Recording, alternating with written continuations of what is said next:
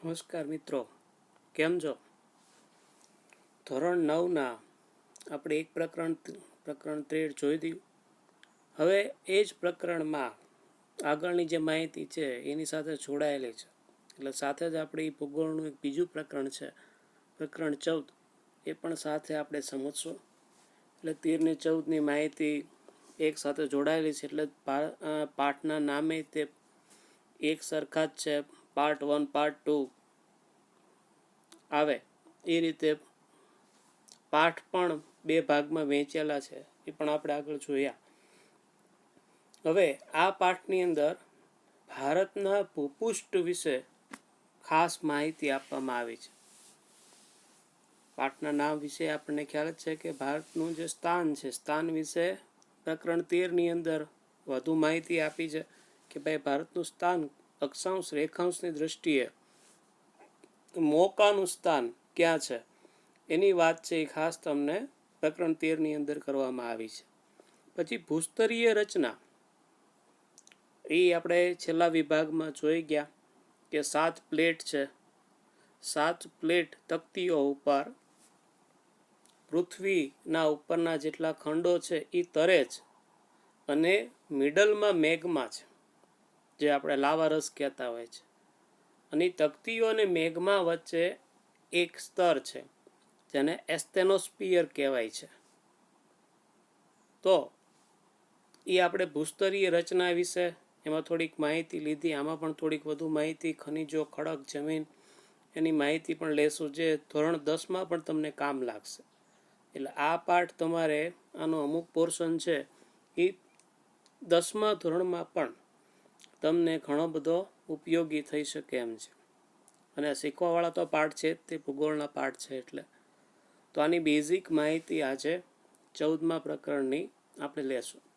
એટલે આખો કન્સેપ્ટ ખ્યાલ આવી જાય કે ભાઈ આમાં ભણવાનું શું છે અને કઈ બાબતો આવવાની છે અને મૂળ એના કારણો ક્યાં છે.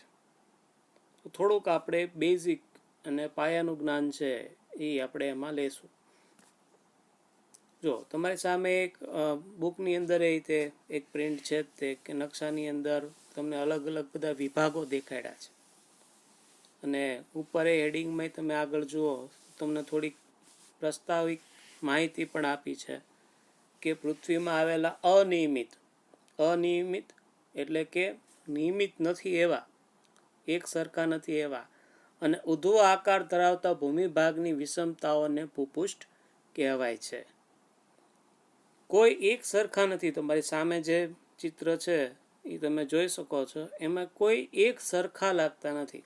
જેટલાના નામ ત્યાં મૂક્યા છે સામા, એ એક સરખા નથી. જો અનિયમિત છે, ઉધ્વ આકાર ધરાવતા છે, બીજા કરતા અલગ આકાર ધરાવે છે. જો આવા ભૂમિભાગની વિષમતાઓ હોય એને ભૂપૃષ્ઠ કહેવાય.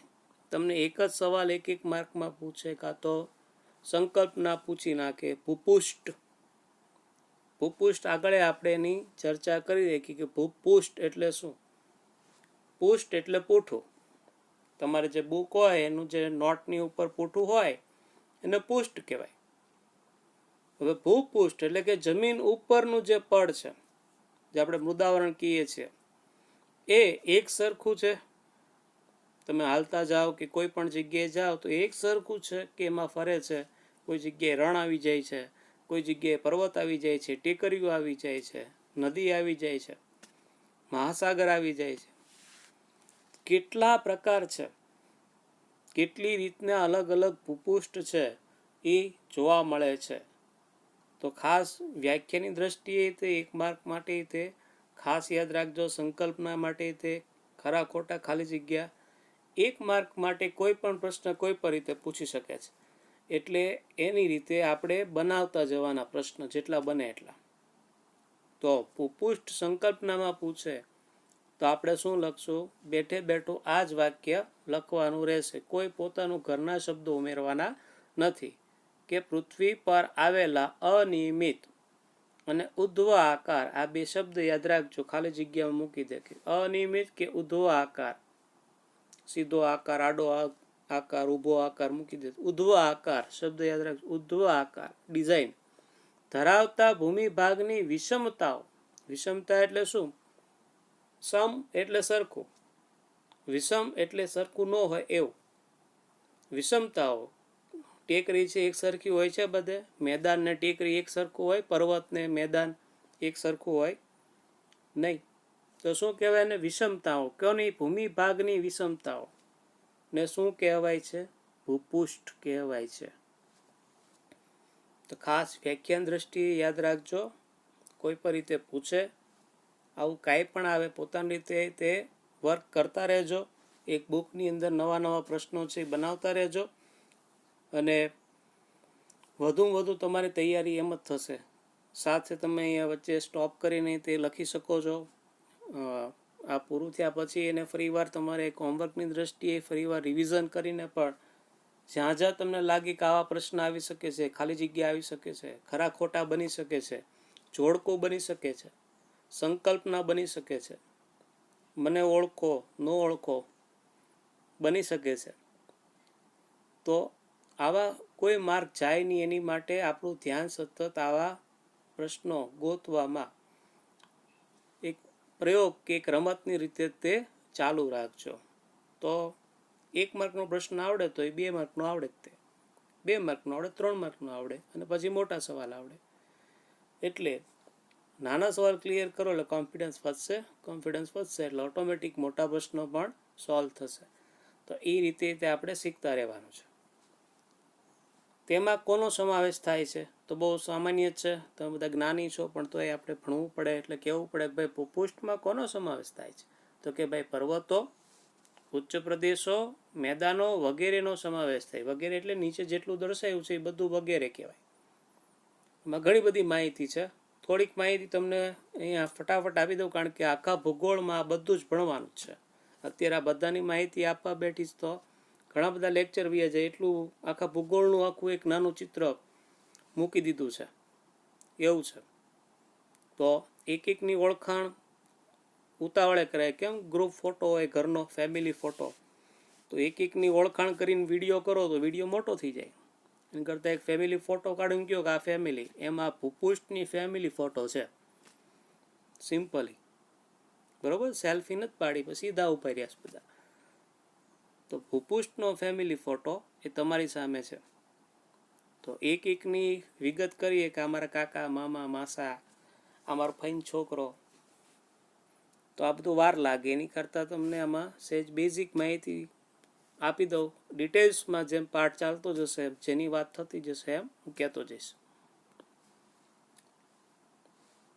જો પેલું છે પર્વતમાળા. ઉપર જ તે આપણે કરીએ તો જો પર્વતોની સિરીઝ હોય, આગળ આપણે જોઈ ગયા, આમ પર્વતોની સિરીઝ હોય ને તો એને પર્વતમાળા કહેવાય, અને જો એક હોય ને તો પર્વત કહેવાય. જુઓ તો પર્વતમાળા અને પર્વતમાં શું ડિફરન્સ સીધું દેખાય. જો આ એક સાથે હાર બંધ છે અને આ એક જ છે, પર્વત છે. તો માળા કે પર્વત શ્રેણી કે પર્વત કે બે એક જ થાય. પર્વત એક હોય, પર્વતમાળા સમૂહમાં જોડાયેલો હોય, એક સાથે હોય તો પર્વતમાળા કહેવાય. ઓકે.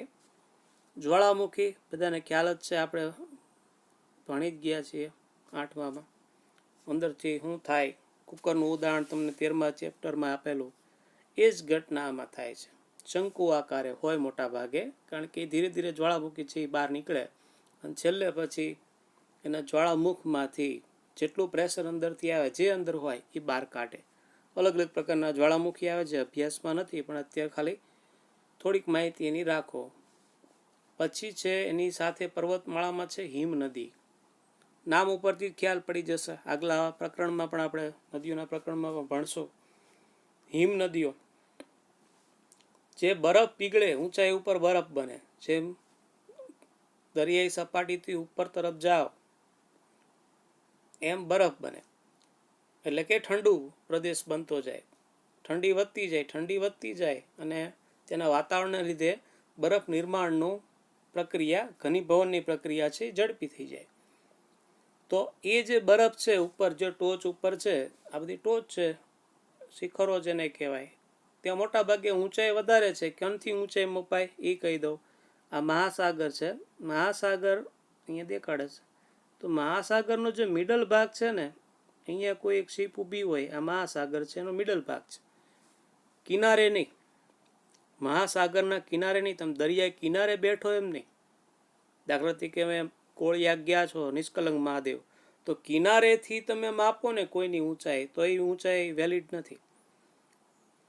મહાસાગર કે દરિયાની મધ્યમાં બને એટલું મિડલમાં જાઓ, બને એટલું.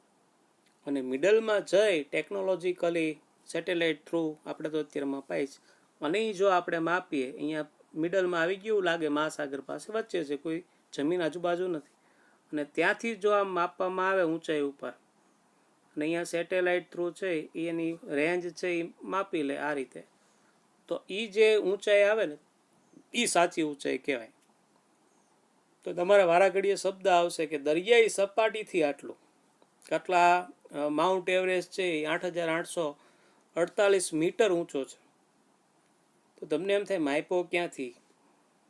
તો એની જાણકારી આ બેઝિક છે. દરિયો છે, દરિયાની મધ્યમાંથી એવરેજ ઊંચાઈ મપાય છે. કોઈ પણ ઊંચાઈ આવે, એવરેજ ઊંચાઈ મધ્યમાંથી મપાય. આ બધું બેઝિક નોલેજ છે. તો આ થોડુંક યાદ રાખજો, આગળ ડિટેલ્સમાં એની વાત ફરીવાર કરીશ. પછી તો બરફ પીગળે એમાંથી જે પાણી જાય એને હિમનદી કહેવાય. તળેટી પર્વત શ્રેણી છે, આ પર્વતો છે, પર્વતોની નીચેનો ભાગ છે, આ હું જો ડાર્ક કરું છું, એ તળેટી કહેવાય. દાખલા તરીકે આપણે અહીંયા શબ્દ ભાવનગર પાસે સાંભળ્યો છે કે પાલીતાણાની તળેટી વિસ્તાર. એમ ઘણી બધી જગ્યાએ તમે માઉન્ટ આબુ જાઓ, કોઈ પણ જગ્યાએ જો તો તળેટી એમ કહેતા હોય છે. રિક્ષાવાળાને, જીપવાળાને જે કંઈ હોય એ શું બોલશે? ચાલો તળેટી. તો એ એક સ્થાન છે, પર્વત છે, એ મેદાન સાથે સંપર્કમાં આવતો હોય ત્યાં જે સમથળ જગ્યા છે એ. પછી કોતરો, પર્વતો વચ્ચેથી આવી જેમ ખીણો બનતી હોય એવી જ આમ તમને એ જો ભાગ દેખાતા હશે આ રીતના. હું ડાર્ક નથી કરતો, પણ જો બીજા ગ્રીન શેડ દેખાતા હશે, એ છે કોતરો. પર્વતેની પણ ઊંચાઈવાળી ટેકરીઓ વચ્ચેથી આમ જગ્યાઓ હોય, અને જે પાણી અને હવા દ્વારા મોટા ભાગે કપાણ થયું હોય, એનું ખવાણ થયું હોય, ધોવાણ થયું હોય, બે રીતનું થાય. હવા દ્વારા ખવાણ થાય, પાણી દ્વારા ધોવાણ થાય, અને એની લીધે અમુક જગ્યાઓ બની ગઈ હોય, એને કોતરો કહેવાય છે. ભારતની અંદર આવી કોતરો સૌથી પ્રખ્યાત કોઈ હોય તો એ છે મધ્યપ્રદેશની અંદર ચંબલની કોતરો. ચંબલ નદી છે, અને નદીઓની આજુબાજુનો વિસ્તાર આખો આવી રીતે પાણી દ્વારા ધોવાણ થયેલો છે, અને ઘણી જગ્યાએ હવા દ્વારા ખવાણ થયેલો છે, એટલે આડી અવળી જગ્યા છે. તમે પાનસિંગ તોમર ફિલ્મ જોયું હોય તો તમને એમાં એ કોતરો દેખાડે છે. તમે ગબ્બરસિંહ શોલે પિક્ચર જોયું હોય તો એમાં તમને આડી અવળી જગ્યાઓમાંથી એનો પોતાનો અડ્ડો હોય છે એવું દેખાય છે. તો એ બધું શું હોય છે? કોતરો કહેવાય એવી ડિઝાઇનને. નર્મદાના કિનારે તમે જાઓ, અને રેવા ફિલ્મ તમે જોયું હોય તો એમાંય તમને જે વચ્ચે આખા ઊભા ફાટા ભાગ દેખાય છે, જે પાણી દ્વારા, હવા દ્વારા ખવાઈ ગયેલા હોય છે, એ બધી કોતરો કહેવાય. આ બધા નાના ઉદાહરણ આપણે બહુ અભ્યાસમાં નથી આવતું, પણ તમને આ ફિલ્મને અનુભવ આજુબાજુ કંઈક જોયું એટલે તરત ખબર પડે કે હા આવું મેં જોયું છે, અચ્છા આને કોતર કહેવાય, આ ખબર પડી જાય. ઓલું ગોખાય, ભણાય, એની કરતાં શીખવું સારું, વધુ યાદ રહેશે. પછી છે ટેકરી. ટેકરી એટલે શું કે ભાઈ પર્વતો કરતાં જેની સાઈઝ છે એ ઓછી હોય એને ટેકરી કહેવાય. લગભગ 1,000 મીટરથી નીચેની સાઈઝ હોય છે. ક્યાંથી માપવાની? ફરીવાર કહી દઉં, સમુદ્ર સપાટીની મધ્યમાંથી સેટેલાઇટ થ્રુ માપો, અને માપનની અંદર 1,000 મીટરથી એની સાઈઝ જો નીચી હોય, હાઇટ જો નીચી હોય, એને ટેકરી સ્વરૂપો આપણે કહેતા હોઈએ છીએ, જે પર્વતોથી નાની હોય છે. આ પર્વત છે એ મોટો કહેવાય, પર્વત નાનો હોય તો ટેકરી કહેવાય. બરોબર છે? મોટો હોય તો પર્વત કહેવાય. આ રીતે નામ પડતા હોય છે. ટેકરીઓ આપણે ઘણી બધી જોતા હોય છે. હિલ ઉપર જે હિલ શબ્દ વપરાય છે, ઘણી જગ્યાએ તમે હિલ છે એ શબ્દ આપણે સાંભળ્યો હશે. કોઈ કોઈ સ્થળના નામ છે, કોઈ કોઈ એરિયાના નામ છે, એમાં હિલ શબ્દ વપરાતો હોય તો ક્યાંક ત્યાં ટેકરીઓનું સ્વરૂપ હોય છે એવું માનવું. અત્યારે હોય જ તે એવું નહીં, પણ પહેલાંના કોઈ સમયગાળામાં હશે એટલે નામ પડી ગયું હોય. પછી ખીણો, જો આ પાણી દ્વારા આખું જો ભાગ છે ને કપાઈ ગયો, જો આ ભાગ, તો આવી રીતે ખીણની રચના થાય છે. આમ જ બને એમ નહીં, હવા દ્વારા પણ કોઈ વાર મોટી એક ઘટનાઓ બની જતી હોય છે, આવું નિર્માણ થતું હોય પુષ્પનું, પણ પાણી દ્વારા આવી જે છે એ ઘટનાઓ બની જતી હોય ને એક આખો એક ભાગ કપાઈને અલગ બની જતો હોય છે, તો આપણે એને ખીણ કહેતા હોઈએ છીએ. પછી ઉચ્ચ પ્રદેશ, જો બે ઉચ્ચ પ્રદેશ છે, એક આ ઢાળવાળો ઉચ્ચ પ્રદેશ છે અને એક સમતળ ઉચ્ચ પ્રદેશ છે. ઉચ્ચ પ્રદેશ છે એ બહુ સામાન્ય એક યાદ રાખજો કે મેદાન છે, આ મેદાન છે, મેદાનથી ઉચ્ચ પ્રદેશ ઊંચા હોય.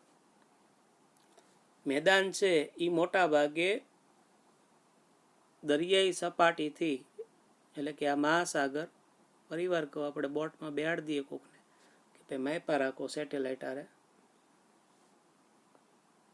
સેટેલાઇટથી માપે તો આ મેદાનની ઊંચાઈ કેટલી આવે? 180 મીટર.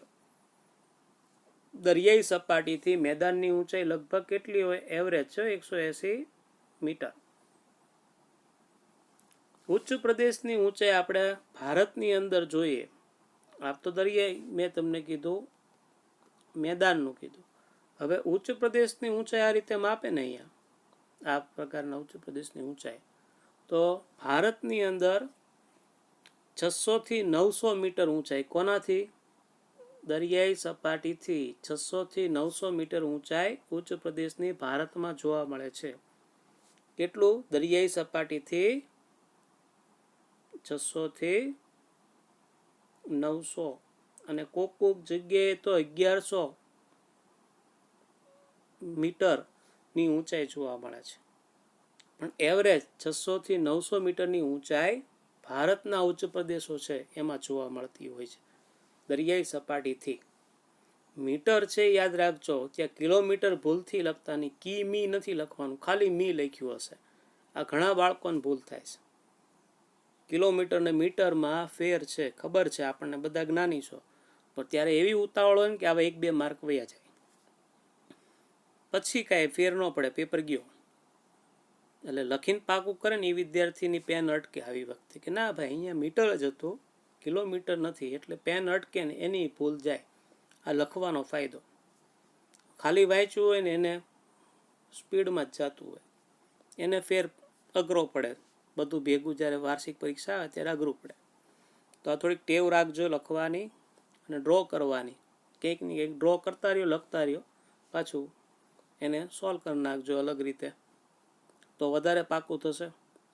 તો ઉચ્ચ પ્રદેશ મેદાનો કરતાં ઊંચાઈ ઉપર હોય અને ઉચ્ચ પ્રદેશ કહેવાય. ભારતની અંદર 600 થી 900 મીટરની ઊંચાઈ સામાન્ય એવરેજ છે એ આપણને જોવા મળે છે આપણા ઉચ્ચ પ્રદેશમાં. આ સમતલ થોડોક ઉબડ ખાબડ થોડોક વિસ્તાર છે ઉચ્ચ પ્રદેશનો છે. આ છે ઢાળવાળો છે, જો આમ ઢાળ દેખાય છે, સહેજ આમ ઢાળ તમને દેખાતો હશે. આમ લસરપટ્ટી ખાઈએ કો ઉપરથી એમ બેઠા હો તો ફ્રીમાં છે મેદાન સુધી પહોંચી જાઓ, 1 રૂપિયો દેવો પડે નહીં. તો એ રીતનું પણ બનતું હોય છે, કરતા નહીં એવું પાછા. હવે ભાઈને ઉપર લઈ લ્યો. બીજા બેઝિક ખીણ ઉચ્ચ પ્રદેશ આવી ગઈ. નદી છે મોટા ભાગે ઢાળમાં જ જુઓ એનું વર્ક થતું હોય છે. જે મુખ્ય નદી પ્રવાહ છે, જેનો પ્રવાહ ક્ષેત્ર વધુ છે, એ મુખ્ય નદી કહેવાય. અને એની સાથે એક બીજો શબ્દ અહીંયા જો છે સહાયક નદી, એ આપણે જળ પરિવાહની અંદર ભણવામાં આવશે ખાસ. સહાયક નદી એટલે એને સપોર્ટમાં એક બીજી નદી જતી હોય જે એની કરતાં નાની હોય, પણ પાણી એનું મુખ્ય નદીમાં જતું હોય તો એને સહાયક નદી કહેવાય. આપણે કેમ ઝાડવું હોય તો એની ઝાડવાની કેટલી ડાળીઓ હોય, તો ડાળી છે એ સહાયક કહેવાય, વચ્ચે થડ છે એ મુખ્ય કહેવાય. એવી રીતે નદી છે, મુખ્ય નદી થડ છે. અને સહાયક નદી છે ને એ વૃક્ષોની ડાળીની જેમ એની ડાળીઓ છે. એ ભણવામાં આગળ આવશે. અલગ અલગ પ્રકારની વૃક્ષા આકારની રચના છે એ પણ ભણવામાં આવશે કે આવી ડિઝાઇન બનતી હોય છે. તો આ થઈ નદી, સામાન્ય જ છે, ખ્યાલ પડે એવો જ છે. પછી જે નદીની સાથે અહીંયા એની યારે જોડાયેલું છે, અહીંયા તમે નદી જોઈ શકો છો. આ નદીનું ઉદ્ગમ દેખાડ્યું. પર્વતો કે ઢોળા ઉપર હોય મોટા ભાગે, તમને સહેજ ઢાળ દેખાતો હશે, ડિઝાઇનમાં જોઈ લો. એ ઢોળા ઉપરથી જે બાજુ ઢાળ હોય એ બાજુ પાણી જાય, આ સામાન્ય જ્ઞાન છે, બધા જાણતા જ હોય. એમ નદી, સરોવર, પાણી કોઈ પણ રીતે ક્યાંક જતું હોય તો એમાં કોઈ બીજું સાયન્સ નથી હોતું. જે બાજુ ઢાળ એને મળતો હોય એ બાજુ એ વહે. જેમ તીવ્ર ઢાળ મળે એમ વધુ સ્પીડમાં વહે. તમને એમ થાય કે અહીંયા અમે તો અહીંયા ગંગા આરતી કરી, બહુ ત્યાં તો ગંગા નદી બહુ ઘા ઉપડ્યા હતા, ખેંચાઈ ગયા ઘણા, તો અમારા કપડા આવી ગયા કેટલાના. તો ત્યાં અમુક સ્પીડ વધી જાય. કેમ? ત્યાં એવો ઢાળ હોય, તેનો પ્રવાહ વધી જાય. અને અમુક જગ્યાએ તમે ગંગા નદીએ ગયા હશો, જોયું હશે, તો એકદમ તમે આરામથી શાંત રીતે ગંગા નદી જતી હશે. અવાજે એમ સામાન્ય આવતો હશે, પથ્થર દેખાતા હશે, એટલું એમ ગોઠણભેર પાણી હશે. આવું કંઈક તમે જોયું હશે, ફરવા ગયા હશો તો. એક જગ્યાએ એક એ જ નદી શાંત છે, એક જગ્યાએ એ જ નદી ખૂબ સ્પીડમાં, ખૂબ જ મોટા પ્રવાહમાં જાય છે. એવું કેમ થાય? એનો ઢાળ છે, એને લીધે આવી બધી ઘટનાઓ થતી હોય. એની સહાયક નદીઓ એને ક્યાં મળતી હોય, આ સહાયક નદીઓ એની સાથે જોડાતી હોય, એની લીધે આવી ઘટનાઓ થતી હોય. તમારી સામે જે દેખાય છે. તો ઉદ્ગમ, નદીનું જે શરૂઆત છે એને ઉદ્ગમ કહેવાય, કાં તો એને મૂળ કહેવાય. નદીનું મૂળ ક્યાં છે એમ પૂછે તો એની શરૂઆત કહેવાય. આ કરું ને, ઉદ્ગમ ક્યાં છે એમ કે તો એની શરૂઆત. અને એન્ડ ક્યાં છે, નદી પૂરી ક્યાં થાય તો કે મુખ. જો આ મુખ, શરૂઆત ક્યાંથી થાય તો આ કે આ મૂળથી. જો આ પર્વત પાસેથી મોટા ભાગે નદીઓ વહે, તમે જોઈ લેજો કોઈ પણ નદી. અને એનું મુખ ક્યાં છે? પૂરું, જ્યાં એ નદી મળતી હોય. બહુ સીધી વાત છે, પણ મૂળ ને મુખ શબ્દમાં ધ્યાન રાખજો, કોઈ ભૂલ થાય નહીં, એમાં ખાસ જોજો. તો નદી વહે છે, સર્પાકાર વહે છે. સર્પાકાર, જો સાપની જેમ વહેતી હોય મોટા ભાગે નદીઓ, જુઓ સાપની જેમ વહે છે. હવે છેલ્લું જે મુખ, એટલે કે જે સાગર, મહાસાગરને મળે ત્યારે એને મુખ કહેવાય. કોઈ નદી ન મળી શકતી હોય તો એને કુંવારિકા નદી કહેવાય. જે દરિયામાં ન જઈ શકે, કોઈ સરોવરમાં ન જઈ શકે, રણમાં કે એમાં જ તે સમાપ્ત થઈ જાય, આગળ કોઈ બીજા પાણીમાં સમાવેશ થાય નહીં, એને કુંવારિકા નદી કહેવાય. એને મુખ ન હોય, જાણકારી માટે, એને મુખ ન હોય, મોઢું ન હોય. શરૂઆત થાય, ઉદ્ગમ હોય. એ આગળ અભ્યાસમાં ભણશું ત્યારે ખાસ એની વિગત વધુ કરીશ, નહીં કરવામાં સમય વધી જશે. બીજું મુખ. હવે મુખ પાસે તમે જુઓ, આ જે આખી બન્યું ને, પછી જુઓ આ આખું એક ત્રિકોણ બન્યું. જુઓ, દેખાય છે ત્રિકોણ? સમોસા જેવું લાગે છે. તો એને કહેવાય મુખ ત્રિકોણ પ્રદેશ. આ મુખ કહેવાય. આ એન્ડ આવી ગયો, આ મુખ. મુખ કેવું છે? ત્રિકોણ જેવું છે. જો ત્રિકોણ જેવું, સમોસા જેવું છે. એટલે શું કહેવાય? મુખ ત્રિકોણ પ્રદેશ. એને ઇંગ્લિશમાં શું કહેવાય? ડેલ્ટા. મુખ ત્રિકોણ પ્રદેશ, ડેલ્ટા. ક્યાં હોય? હંમેશા નદી જ્યારે એન્ડ આવતી હોય, એનું મુખ હોય ત્યાં. મોઢું એટલે એન્ડ, મુખ હોય ત્યાં. અને ત્રિકોણ આકારે હોય. કેટલી બધી, જો જમીનમાં ડિવાઈડ થઈ ગયું છે, તમને હરખું દેખાતું હોય તો ત્યાં જમીન દેખાશે. બધી જમીનના ટુકડા જો અહીંયા દેખાતા હશે, છે જમીન. એને મુખ ત્રિકોણ પ્રદેશ કે જમીન બની જાય. ઉપરથી કેટલી માટી ઘસડાઈને આવે, ઉપરથી ઠેઠ આ તળેટીથી. જુઓ આ બધી નદીઓનું પાણી આમાં આવ્યું, સહાયક નદીઓનું આવ્યું. આ બધાની માટી, વરસાદની બધું ભેગું થાય, અહીંયા ઢાળ હળવો બને, એટલે આવા ટાપુઓ બની જાય. અને ટાપુઓ બની જાય ને આમ ફેલાઈ જાય, એના મુખ પાસે ત્રિકોણ આકારે ફેલાઈ જાય, એટલે એને મુખ ત્રિકોણ પ્રદેશ કહેવાય. ઇંગ્લિશમાં એને ડેલ્ટા કહેવાય. આ વારાઘડીએ શબ્દ આવશે, ક્લિયર કરી નાખજો અત્યારથી, એટલે ગમે ત્યારે ભૂગોળમાં આગળ ક્યાંય ભણો તો વાંધો આવશે નહીં. તો ડેલ્ટા એટલે મુખ ત્રિકોણ પ્રદેશ. બાજુમાં લખવું હોય તો એ લખી રાખજો, ઇંગ્લિશમાં ડેલ્ટા કહેવાય. અને ખાલી મુખ એટલે આવું કાંઈ ત્રિકોણ, સમોસું, પાઉં ગાંઠિયા, સેન્ડવિચ કાંઈ બનતું ન હોય, ખાલી પાણી સિમ્પલી જતું હોય આ રીતે. જુઓ અને મુખ કહેવાય. તો આ રીતે જોતા રહેજો, કંઈક ને કંઈક આવી ડિઝાઇન છે એ તમને બીજે રીતે જોવા મળતી હશે અને તમે જોઈ શકશો. દાખલા તરીકે એક ઉદાહરણ આપું ભાવનગરનું, તો આપણે કોળિયાક નિષ્કલંક મહાદેવ બધા ગયા હશો. તો નિષ્કલંક મહાદેવ તમે જાઓ છો તો ત્યાં જે પાણી આવે છે એ માલેશ્રી નદીનું આવે છે, માળનાથ પાસે. તો માળનાથ ક્યાં આવ્યું એ જુઓ, બધાને ખ્યાલ હશે, ભાવનગરના હશે ને. ત્યાંથી નિષ્કલંક મહાદેવ ક્યાં આવ્યું, કોળિયાક ક્યાં આવ્યું એ જુઓ. તો ત્યાંથી ત્યાં આમ ઢાળ છે, આ ઢાળ છે, એ ઢાળમાંથી પાણી આવતું જાય છે અને છેલ્લે અરબ સાગર, આપણી જે નિષ્કલંક મહાદેવનો દરિયો છે કેવો કહેવાય, અરબ સાગર કહેવાય. એલો ભૂ નિમ્મજન થયો, અરબ સાગરનું નિર્માણ.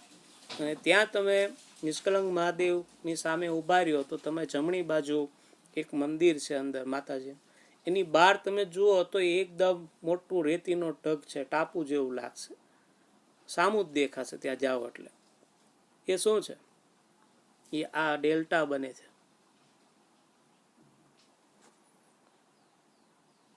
તો આપણી આજુબાજુ તો આવી કંઈક ઘટના બનતી હોય પણ આપણું ધ્યાન એમાં નથી હોતું.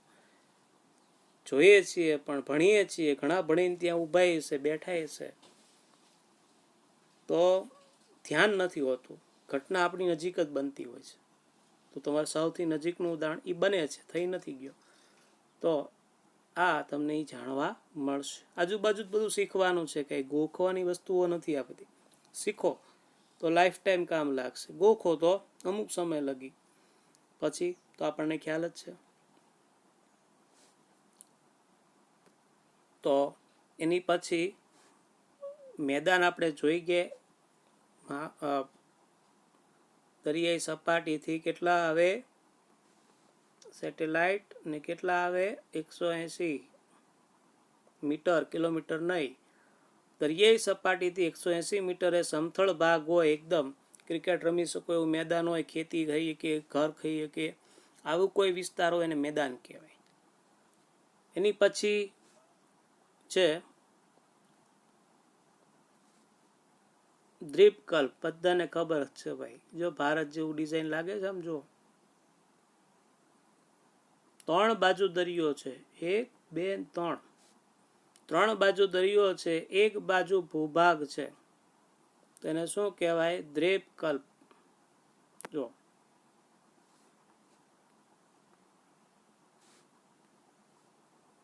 છે 3 બાજુ દરિયો કે પાણી, એક બાજુ ભૂભાગ છે, તો શબ્દ આવ્યો દ્વીપકલ્પ. હવે દ્વીપકલ્પ ઉપર એક પાછો ઉચ્ચ પ્રદેશ હોય, આપણે જોઈ ગયા. આની ઉપર હું તમને થોડુંક ડાર્ક કરી નાખું એમ માનો, આ થોડોક ઢોરો છે, આ થોડોક ભાગ વધી ગયો, તો આને દ્વીપકલ્પીય ઉચ્ચ પ્રદેશ કહેવાય. સમજાણ? દ્વીપકલ્પ ઉપર ઊંચાઈ 600 થી 900 મીટરની ઊંચાઈ સરેરાશ, ક્યાંથી, દરિયાઈ સપાટીથી, તો એને દ્વીપકલ્પીય ઉચ્ચ પ્રદેશ કહેવાય. જે આપણે સમાવેશ થશે ભણવામાં, જે એક ભાગ છે, આપણે વિભાગ શીખવાનો છે એમાં. તો દ્વીપકલ્પ અલગ, દ્વીપકલ્પીય ઉચ્ચ પ્રદેશ અલગ, બે શબ્દ અલગ છે. દ્વીપકલ્પ એટલે 3 બાજુ કોઈ પણ પાણીનું સ્થાન હોય, આપણે જોઈ ગયા 3 બાજુ પાણીનું સ્થાન, એક બાજુ ભૂભાગ, એને દ્વીપકલ્પ કહેવાય. દ્વીપકલ્પીય ઉચ્ચ પ્રદેશ એટલે એની ઉપર જ એક બીજો હાથ મૂકી દીધો, જો આટલી હાઈટ વધી ગઈ, આને કહેવાય દ્વીપકલ્પીય ઉચ્ચ પ્રદેશ. ખાસ જોજો અને શીખીને પાકું કરજો. પછી આવે છે દૂન. દૂન તમને એમ થાય આ શું છે, દૂન ને બૂન ને આ બધું શું ભણવામાં આવે છે. દૂન એટલે બહુ સિમ્પલ છે કે જો 2 પર્વત શ્રેણી હોય તો એની વચ્ચે આપણે 2 જ રાખીએ પાછું,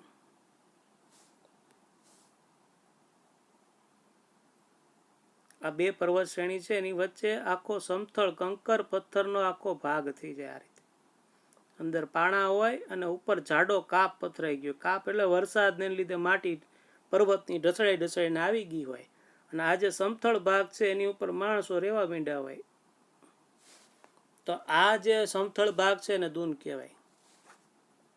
છે એકદમ સિમ્પલ. 2 પર્વત શ્રેણીની વચ્ચે આવી રીતે જે ખીણ પ્રદેશ હોય એની ઉપર આવો કંકર પથ્થર જાડો કાપ પથરાઈ જાય, જાડી માટી પથરાઈ જાય, એની ઉપર એક સમથળ મેદાન બની જાય અને લોકો રહેવા માંડે તો એને દૂન કહેવાય. દેહરાદૂન, પાટલીદૂન, કોથરીદૂન આપણા ગામના નામ છે. દેહરાદૂન તો બહુ ફેમસ છે, બરાબર છે. પાટલીદૂન છે, પાટલિયું બને છે એવું માનજો. કોથરીદૂન છે, કોથળિયું બહુ બને. કોથળી તો જાણીતી જ બધાને આપણે. તો 3 દૂન ગામ છે, એના નામ છે એ આ રીતે પડ્યા. આ ભૂગોળની ડિઝાઇનને લીધે નામ દૂન પડ્યું, એને દૂન કહેવાય. પછી રણ તો બધાને ખ્યાલ જ છે, કચ્છનું રણ ને બધા જ્ઞાત હોય. અને રણદ્વીપ આ થોડુંક નવું છે. રણદ્વીપ એટલે વચ્ચે જે રણની વચ્ચે થોડુંક પાણીનો કોઈ ભાગ આવી જાય, અંદરથી ઇન્ટરનલી પાણી મળતું હોય, ઘણીવાર મીઠું પાણી મળતું હોય છે, અને ત્યાં એ વ્યવસ્થા હોવાને લીધે ભેજ પાણી કે થોડોક વરસાદ હોવાની વિસ્તારને લીધે રણની વચ્ચે આવું લીલુંછમ વિસ્તાર થાય. બહુ અઘરું છે, બહુ ઓછું જગ્યાએ હોય છે, પણ હોય છે. આ કુદરતનો કરિશ્મો કહી શકો છો કે તમે હલવાઈ ગયા હો અને તમને રણદ્વીપ મળી જાય તો તમને ઘણા બધા ફાયદા પાણીની શોધ કરતા એ વ્યક્તિને મળી જતો હોય છે. અને રણદ્વીપ કહેવાય છે. રણદ્વીપ છે, રાવ દેખજો. ઘણા રણદીપ હુંડા જે હીરો છે એનું નામ રણદીપ લખી નાખે છે. રણદીપ હુંડા એક ફિલ્મનો હીરો છે, તો ઘણા બાળકો લખે જ પેપરમાં રણદ્વીપ, રણદીપ નહીં, રણદ્વીપ. રણની વચ્ચે આવું લીલુંછમ કોઈ વિસ્તાર થઈ જતો હોય છે, કુદરતી ચમત્કાર છે. તો એ બનતો હોય છે. આ ભૂપૃષ્ઠની એક ચમત્કારી ઘટનાઓમાંથી એક કહી શકાય છે. અખાત છે એ સાંકડો ભાગ છે આખો. આ રીતે જો આખો સાંકડો ભાગ પાણીનો કે મહાસાગરનો થઈ જતો હોય, અંદર સુધી જતું હોય ભૂભાગ, અને અખાત આપણે કહેતા હોય છે. કચ્છનો અખાત, ખંભાતનો અખાત. આ રીતે આપણે બે શબ્દ છે એ ખાસ ગુજરાત આરે જોડાયેલા છે. બે શબ્દ તમે સાંભળ્યા હશે. પછી આગળ એક બીજું આમાં છે એ છે બેસિન. બેસિન કોની યારે જોડાયેલું છે? જેટલો નદીનો ભાગ છે, નદીને જેટલી જગ્યાએથી પાણી મળતું હોય, જે ઢાળ હોય, તો હું આટલા ટપકા કરું છું ને આ ભાગ, અને બેસિન કહેવાય. જો રાઉન્ડ કરી દઉં, અને બેસિન કહેવાય. જે ઢાળમાંથી પાણી મળે, આ બધો ઢાળ લાગે જ, જો તમે જોશો તો ઢાળ લાગશે. કોને મળે? નદીઓને, મહાસાગરને, સરોવરને. તો એ જે ઢાળ વિસ્તાર છે, કેટલો ઢાળ છે, તો એ બેસિન કહેવાય. એ નદીનું બેસિન કહેવાય. નદી બેસિન એવું શબ્દ આવ્યા રાખશે. ગંગા નદી બેસિન, નર્મદા નદી બેસિન. તો બેસિન એટલે તમને એમ થાય ત્યાં કંઈ બેહવા આવતા હશે, પાટલા નાખ્યા શું છે. જ્યાંથી જે ઢાળ મળે એ વિસ્તૃત ચર્ચાઓ આગળ એ પાઠમાં ખાસ કરીશ. પછી ટાપુઓ બધાને ખબર જ છે, ચારે બાજુ પાણી હોય. જુઓ, ચારે બાજુ પાણી હોય, એક બાજુ ભૂભાગ હોય, એને ટાપુ કહેવાય, દ્વીપ કહેવાય. અને દ્વીપ સમૂહ અહીંયા જો બાજુમાં બધા એક હારે કેટલાય બધા છે, તો દ્વીપ સમૂહ કહેવાય. અંદામાન, નિકોબાર, લક્ષદ્વીપ. તો એક હારે સિરીઝમાં જુઓ અંદરથી જોડાયેલા હોય, ઉપર પાણી હોય એટલે દેખાય. તો આ બધા શું કહેવાય? દ્વીપ સમૂહ. અને ખાલી ટાપુ એટલે શું? ખાલી દ્વીપ. ચારે બાજુ પાણી છે, એક બાજુ જમીન છે, તો એને દ્વીપ કહેવાય. બહુ સામાન્ય જ્ઞાન છે. બીજું ભૂશીર. આ તમને થોડુંક મારે થાય એટલું કરીશું. જો એકદમ તમને આમ દ્વીપકલ્પીય પ્રદેશ જેવું જ લાગશે, પણ પાતળો ભાગ થઈ જશે. જો જમીનનો ભાગ હાવ છેવાડે જો કેટલો પાતળો થઈ જાય. જો આ ભૂશીર કહેવાય. આ ભાગ ભૂશીર. જમીન છે જો અહીંયાથી બે બાજુ શું છે? જો દરિયો છે, વચ્ચે જમીનનો ટુકડો છે, એકદમ ઘટી જાય ને એકદમ પાતળી ભાગ થઈ જાય, હા ઓછો, એને ભૂશીર કહેવાય. આપણે એક બહુ પ્રખ્યાત ભૂશીર છે, કેપ ઓફ ગુડ હોપ, યાદ આવતું હોય તો. વાસ્કો દ ગામા એ ભૂશીરથી આગળ ગયો તો છેડાનો ભાગ, છેલ્લે આ ભૂશીર કહેવાય, છેડાનો ભાગ. પછી બંદરીય સુવિધાને ખાડી, આવું જે છીછરો ભાગ હોય આખો આ રીતનો, આને ખાડી કહેવાય. અખાતથી મોટા સ્વરૂપે આ છીછરો ભાગ બંદરીય સુવિધા માટે સારો હોય, થોડીક ઊંડાઈ હોય, પણ આમ શિપિંગ માટે બહુ વ્યવસ્થિત હોય તો એ ખાડી વિસ્તાર કહેવાય. અને એમાં જે કુદરતી બંદરો આપણને જોવા મળતા હોય છે, જે શિપ આવ જા કરી શકે, જાય ને આવે એવી વ્યવસ્થા થઈ શકે, અને બંદર કહેવાય. બધાને ખ્યાલ જ છે, ભાવનગર બંદર આપણે જાણીતું સ્થળ છે, તે બધાને ખ્યાલ જ હશે. તો મોટાભાગની માહિતી છે એ આમાં આવી ગઈ છે, જે તમારા આખા ભૂગોળમાં કામની છે.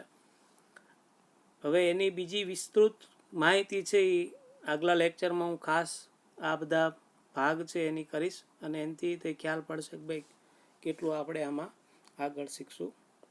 ઓકે, તો બીજા લેક્ચરમાં વધુ માહિતી લેશું. આને ફરીવાર એકવાર પાકું કરજો, તમને આ માહિતી કામ લાગશે આખા ભૂગોળમાં. આમથું તે ફરી એક તટ કિનારો, તટ એટલે કિનારો, જે આજો દરિયાઈ કિનારો છે, તટ એટલે કિનારો, કોઈ પણ કિનારો તટ કહેવાય. પછી એમાં એક ઘાટ નથી, આગળ અભ્યાસમાં હું આવશે ત્યારે હું ખાસ કહીશ ઘાટ.